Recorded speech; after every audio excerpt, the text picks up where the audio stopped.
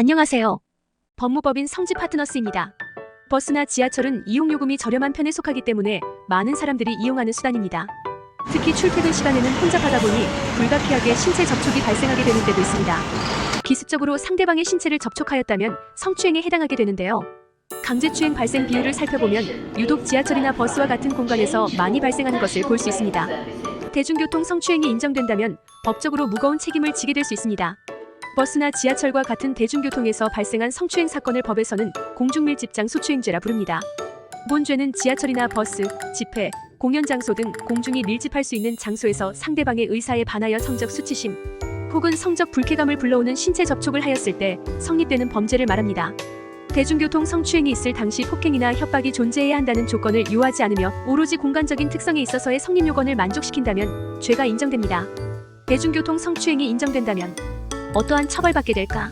교통수단 내부에서 추행의 죄를 범한 자에게는 3년 이하의 징역이나 3천만 원 이하의 벌금의 처벌을 받게 됩니다. 더군다나 벌금형 집행유예 실형을 받은 사람에게 보안처분도 함께 부과하고 있으므로 가볍게 여겨서는 안 되겠습니다. 보안처분은 처벌보다 오히려 더 큰 부담으로 다가올 수 있습니다.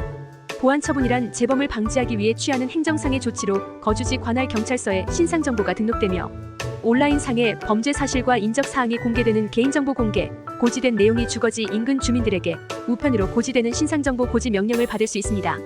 이외에도 아동과 청소년 및 장애인 관련 시설의 취업을 제한하는 명령, 성폭력 치료 프로그램 이수 명령 등을 받아 본인의 범행 사실이 모두 드러나게 됩니다.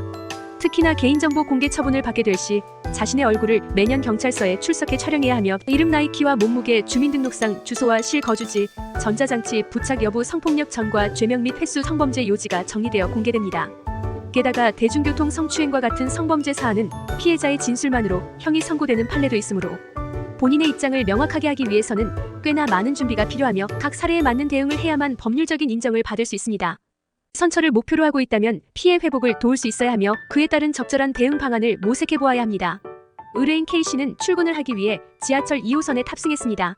그러다 앞에 있던 20대 여성 피해자의 허리를 감싸게 되었고 불쾌감을 느낀 여성이 경찰에 신고하게 되면서 조사를 받게 되었습니다.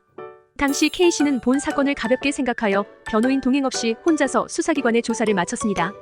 그러나 생각했던 것과 다르게 검찰의 사안이 송치되자 법률적인 조언을 얻기 위해 저희 사무실을 찾아오게 되었다.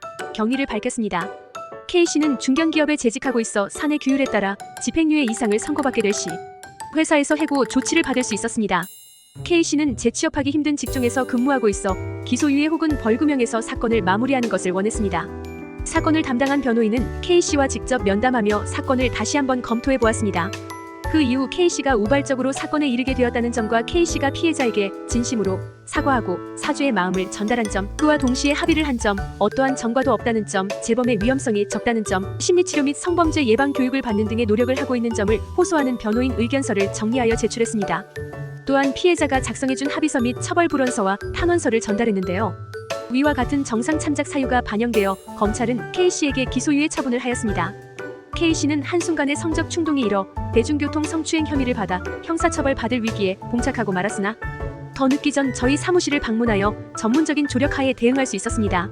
법률 대리인은 정상 참작 사유들을 충분히 들어주장하였고 이로 인하여 재판을 진행하기 전 검찰 단계에서 기소유예 처분을 받음으로써 직장에서의 불이익도 피할 수 있었습니다. 사건의 피해자가 되었다면 면담을 통해 현재 본 상황에서 주장할 수 있는 부분들을 찾아본 후 피력하는 자세가 필요합니다.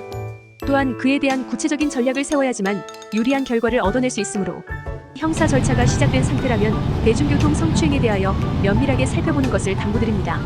이상 법무법인 성지 파트너스였습니다. 감사합니다.